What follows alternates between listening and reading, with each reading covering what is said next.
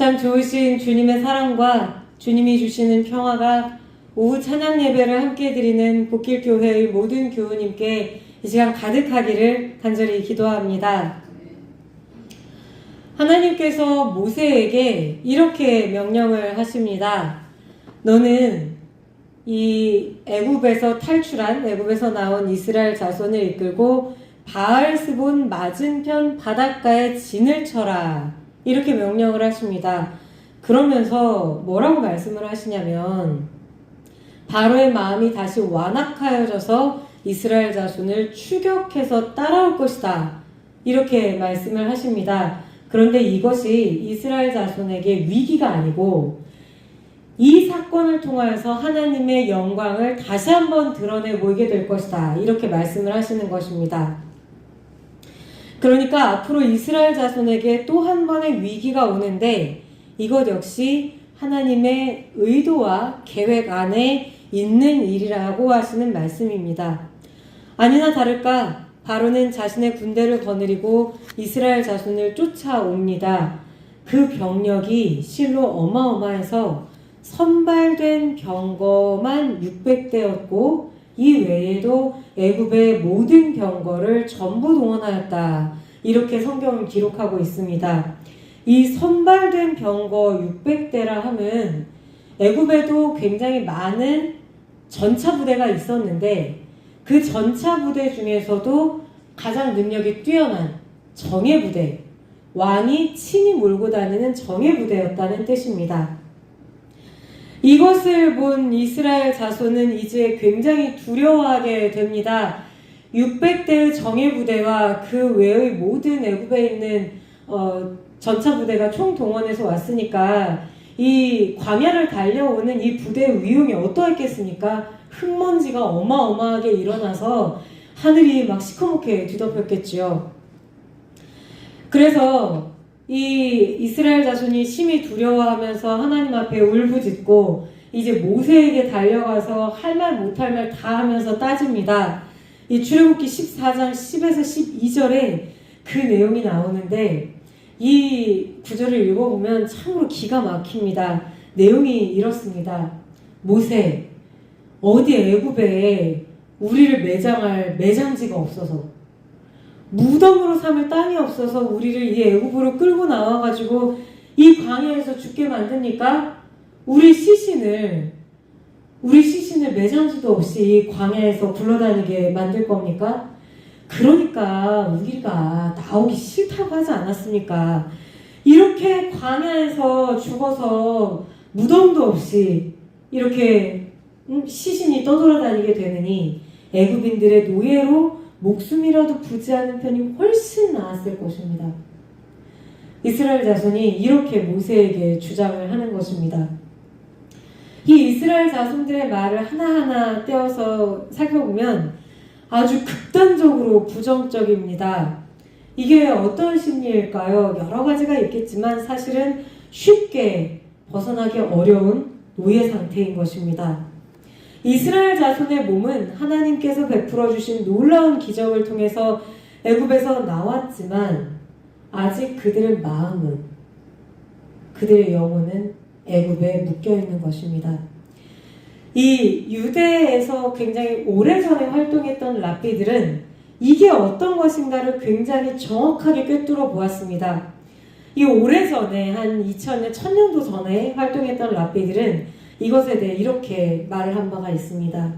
하나님이 애굽에서 이스라엘 자손을 빼내시는 것보다 이스라엘에게서 애굽을 빼내시는 것이 더 어려웠다.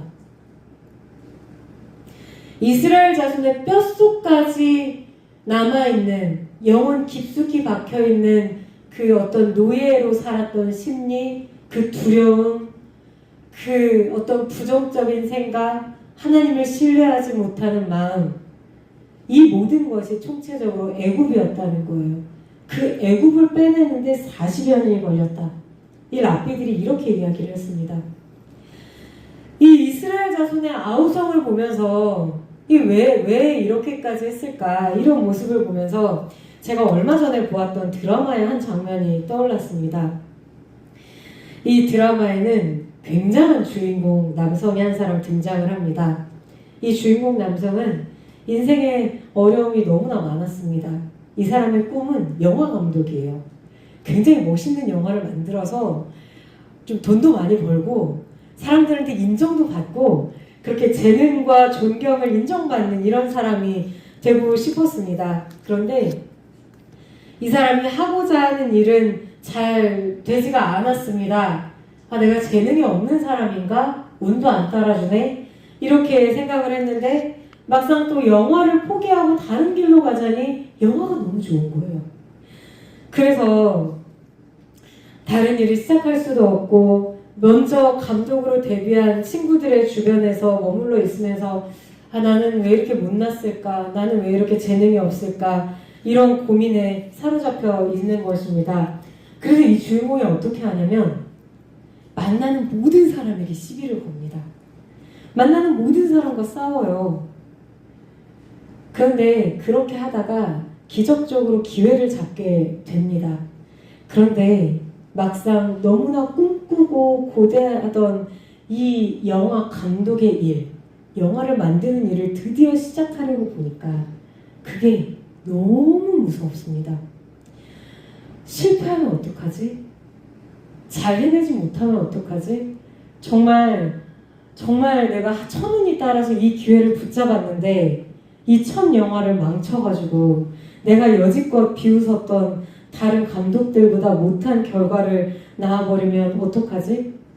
그래서 일을 시작을 못하고 매일매일 불안에 떨기 시작하는 겁니다. 이제 너무 불안해서 견딜 수가 없어요. 그렇게 해서 불안에 떨면서 고민하던 주인공이 어느 날 가만히 있다가 자기도 모르게 하늘을 쳐다보더니 이렇게 외칩니다. 뭐라고 외쳤을까요? 하나님, 저 좀 이뻐해 주세요. 하나님, 저 좀 이뻐해 주세요. 저는 그 대사를 들으면서 갑자기 머리에 신선한 피가 확 도는 느낌을 받았습니다. 아, 우리가 하나님께 날마다 기도한다고 이 말도 하고 저 말도 하고 때로는 울기도 하고 하나님께 항변하기도 하고 하나님께 애원하기도 하는데 사실은 우리가 하나님께 가장 드리고 싶었던 기도가 저 한 구절이 아니었을까? 하나님, 저 좀 사랑해 주세요. 저 좀 예뻐해 주세요. 저는 실수투성이고 이 세상에서 맨날 흔들리고 매일매일 매순간 좌절하고 그리고 두려움에 사로잡혀서 어리석게 굴 때도 있지만 그래서 이 세상은 저더러 언제나 너는 너무 하찮아. 너는 너무 작아. 너는 너무 보잘것없어. 세상은 우리에게 이렇게 말하지만 하나님만은 저에게 그렇게 하지 말아주세요. 하나님만은 끝까지 저 좀 예쁘게 봐주세요. 사실은 우리가 정말 드리고 싶었던 그 기도는 이 한 구절이 아니었을까? 이런 생각을 했습니다. 제가 고등학교 시절에 그 학교 가는 길에 언제나 아침마다 교회에 들러서 먼저 기도를 드리고 갔었고 그때마다 이제 지금은 돌아가셨는데 그 모교회 담임 목사님이셨던 목사님이 이제 새벽 기도 끝나고 그 이후에 제가 올 때까지 계속 기도를 하고 계시다가 제가 오면 제 기도 끝나고 제가 갈 무렵 하는 시간에 언제나 오셔서 제 머리에 이렇게 안수하고 기도해 주셨다. 이런 얘기를 한번 말씀을 드린 적이 있었는데 그때 항상 저에게 축복하는 기도를 해주시면서 이 목사님께서 빼놓지 않고 하시던 기도가 하나 있었습니다. 그게 뭐였냐면 하나님, 이 아이를 주님의 귀여운 종 삼아 주십시오. 제가 고등학교 때 매일매일 그 기도를 받으면서 학교를 다녔습니다. 그런데 제가 나중에 20살이 돼서 대학교에 가고 나중에 30살이 돼서 교회에서 전도사로 사역을 하게 되고 그때 돼서도 제가 이 목사님을 찾아뵙고 인사를 드리러 가면 맨날 저를 이제 앉혀놓고 이런저런 말씀을 들려주신 후에 마지막에 이제 제가 나오기 전에 제 머리에 손을 얹고 기도하시면서 뭐라고 기도를 드리셨냐면 그때도 여전히 주님, 이 아이를 주님의 귀여운 종 삼아 주시옵소서 이렇게 기도하시는 겁니다. 제가 30이 넘었는데도 그날이면 저는 집에 와가지고 이제 어머니하고 얘기를 나누면서 목사님이 이런저런 말씀을 해주셨어요. 그러면서 이제 웃으면서 얘기를 했어요. 엄마, 근데 오늘도 목사님이 하나님더러 하나님 귀화 좀 귀여워주세요. 이렇게 기도를 하시네요. 내가 지금 나이가 몇 개인데 귀여워. 내가 몸무게가 몇 킬로인데 귀여워. 제가 그러면서 그렇게 웃었어요. 아마도 목사님은 이제 그런 의미셨을 겁니다. 이 아이를 주님의 귀한 종 삼아 주십시오. 이런 의미였을 겁니다. 그런데 저는 이제는 그 기도가 정확히 그 단어대로 이루어졌으면 좋겠습니다. 그래서 제가 정말 하나님께 귀여움받는 사람이면 좋겠습니다. 나는 하나님께 예쁨 받는 사람이다. 나는 하나님이 귀여워하시는 사람이다. 세상이 나를 어떻게 평가하든 세상이 나더러 뭐라고 얘기하던 간에 하나님이 나를 귀하게 보시면 나는 귀한 사람이다. 그 마음으로 이 한 세상 다시 한번 용기 내서 살아갈 수 있다. 이렇게 내가 매일매일 말할 수 있게 말입니다. 그래서 하나님 저 왔어요. 저 하나님께 예배드리고 저 찬양할 거예요. 그럼 하나님이 그래 아이고 귀여운 내 딸 진짜 잘하네. 아이고 귀엽다. 하나님 저 오늘 속상한 일이 있었어요. 하나님께서 울면 왜 귀여운 내 딸을 누가 왜 어디서 그랬어? 앞장서 내 귀여운 딸을 하나님 이렇게 말씀해 주시면 좋겠어요. 우리 교우님들께도 정말 하나님께서 여러 말씀을 하시겠지만 그 말씀 가운데에서도 내 귀여운 딸, 내 귀여운 아들 이렇게 불림받는 그런 성도님들 되시기를 간절히 축원합니다. 그래서 우리가 나중에 하나님 앞에 갔을 때 내 귀여운 딸아, 내 귀여운 아들아 얼마나 고생이 많았니? 이제 내 품 안에서 영원히 쉬자. 이렇게 환영받으실 수 있게 되기를 간절히 소원합니다. 어떤 정신과 의사가 요즘 가는 곳마다 난리죠. 자존감이라는 말이 있어요. 이 정신과 의사가 그 단어를 한마디로 이렇게 정의하는 것을 제가 들은 적이 있습니다. 자존감이란 무엇인가? 자존감은 굉장히 여러 가지 말로 설명하고 여러 요소가 있는데 그 중에서도 자존감은 내가 나를 좋아하는 감정, 내가 나를 사랑스럽다고 여기는 생각, 내가 나를 생각할 때 그럼 나는 그래도 꽤 괜찮은 사람이야 라고 말할 수 있는 용기, 이게 자존감이다 이렇게 말하는 것을 들었습니다. 그런데 그리스도인의 자존감은 그렇지 않습니다. 그리스도인의 자존감은 어디서 나오느냐? 하나님이 나를 좋아하신다는 믿음, 하나님이 나와 함께 하신다는 것을 아는 데서 오는 용기, 그 용기를 가지고 이 세상에 어떠한 위기가 닥치더라도 나는 능히 그 위기를 살아서 건널 수 있다. 하나님 손 잡고 그렇게 선언할 수 있는 그 당당함이 바로 그리스도인의 자존감의 핵심이 되어야만 합니다. 지금 이스라엘 자손이 노예의 심령을 가지고 있다고 하는 것은 바로 이러한 자존감이 없는 거예요. 하나님이 나를 귀여워하신다는 믿음이 지금 없는 겁니다. 그래서 그 많은 기적을 보고도 지금 마음이 그냥 순식간에 무너져 내리는 겁니다. 그런데 이런 믿음이 우리에게 없다면 조금의 어려움만 닥쳐도 우리도 이스라엘 자손과 다를 바가 없습니다. 차라리 이 일을 하지 말걸. 내가 이럴 줄 알았어. 내가 더 그럴 줄 알았어.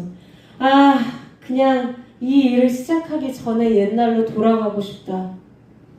다 그만두고 아무것도 하지 못했던 그때로 돌아가고 싶다. 만약에 우리가 입버릇처럼 이런 말을 하고 있다면 오늘 두려움에 사로잡힌 이스라엘 자손을 향해 모세를 통하여서 하시는 하나님의 말씀을 귀담아 들으시기 바랍니다. 출애굽기 14장 13절의 말씀입니다. 모세가 백성에게 이르되 너희는 두려워하지 말고 가만히 서서 여호와께서 오늘 너희를 위하여 행하시는 구원을 보라. 너희가 오늘 본 애굽 사람을 영원히 다시 보지 아니하리라. 출애굽기 4장 22절에서 하나님은 이스라엘을 가리켜서 뭐라고 말씀을 하셨냐면 내 장자, 내 맏아들, 내 처음 태어난 내 자녀, 이렇게 말씀을 하십니다. 바로를 심판하시는 이유도 네가 내 장자 이스라엘을 괴롭혔기 때문에 나도 너의 장자를 거두어야겠다. 하나님께서 이렇게 말씀하신 겁니다. 고대 사회에서 장자가 갖는 의미는 어마어마합니다. 야곱과 에서의 싸움도 결국에는 이 장자의 권한을 누가 갖느냐라고 하는 데서 절정에 이르렀지요. 그만큼 장자는 그 집안의 자랑이고 기둥이었습니다. 하나님은 지금 이 위기의 상황에서 하나님의 말씀을 다시 증명하고자 하십니다. 이스라엘을 향하여서 나의 장자다 라고 말씀하셨던 그 말씀을 증명하고자 하시는 것입니다. 나의 사랑스러운 자녀, 나의 자부심, 내가 선택한 나의 백성 이스라엘을 위해 내가 직접 싸워주겠다. 내가 이스라엘을 얼마나 귀하게 보는지 오늘 여기서 다시 한번 보여주마. 대대손손 하나님이 선택한 자녀를 하나님이 어떻게 보호하시는가를 기록으로 남겨서 보여주시겠다. 하나님이 이렇게 말씀하시는 것입니다. 그런데 우리 하나님은 정말 스케일이 어마어마하십니다. 그동안은 구름 기둥이 어디에서 움직였냐면 이스라엘의 앞에서 움직였습니다. 그런데 이제 그것이 위치를 바꾸어서 이스라엘 진영의 뒤로 갑니다. 그러면 이게 어떻게 되냐면 애국 군대와 이스라엘 진영 사이에 이 구름 기둥이 위치를 하는 것입니다. 그렇게 해서 애국 진영에는 그때로부터 흑암이, 애국 땅에 한번 내린 바 있었던 흑암이 가득하고 이스라엘 진영에는 밝은 빛이 있게 되었습니다. 그리고 그 사이에 모세가 지팡이를 바다 쪽으로 뻗자 하나님이 밤새 바람으로 물을 가르시고 이스라엘 자손을 그 마른 땅으로 건너가게 하십니다. 바로 뒤따라오던 애국 군대는 그들의 자부심이었던 전차들과 함께 바다에 수정되고 말았습니다. 이제 이 일까지를 보고서야 이스라엘 자손은 여호와 하나님을 경외하고 하나님과 하나님의 종 모세를 믿게 되었다. 성경은 이렇게 기록을 합니다. 물론 이스라엘 자손은 쉽게 변하지 않았습니다. 이스라엘 자손의 영혼에서 애굽을 빼내기까지 40년이 걸리겠지요. 물이 없다고, 먹을 것이 없다고 불평불만하며 믿음 없는 행동을 반복을 합니다. 그렇지만 하나님은 이 이스라엘 자손을 끝까지 오래 참아주십니다. 언제까지 참아주십니까? 그들이 시내산에서 하나님과 언약을 맺은 후에 우상숭배의 죄를 범하기 전까지 말입니다. 오늘 우리를 위하여 오래 참으시고 끝까지 사랑을 아끼지 않으시는 하나님의 은혜가 우리와 함께 하신다는 사실을 반드시 믿으실 수 있기를 바랍니다. 하나님이 우리를 먼저 선택하시고 하나님이 우리를 하나님의 자랑, 하나님의 자부심으로 삼으셨으니 어떤 일에도 두려움 없이 두 발을 땅에 단단히 딛고 서서 하나님의 구원의 영광을 날마다 바라보며 살아가시는 우리 복개교회 모든 교우님들 되시기를 이 시간 간절히 소원합니다. 함께 기도하시겠습니다.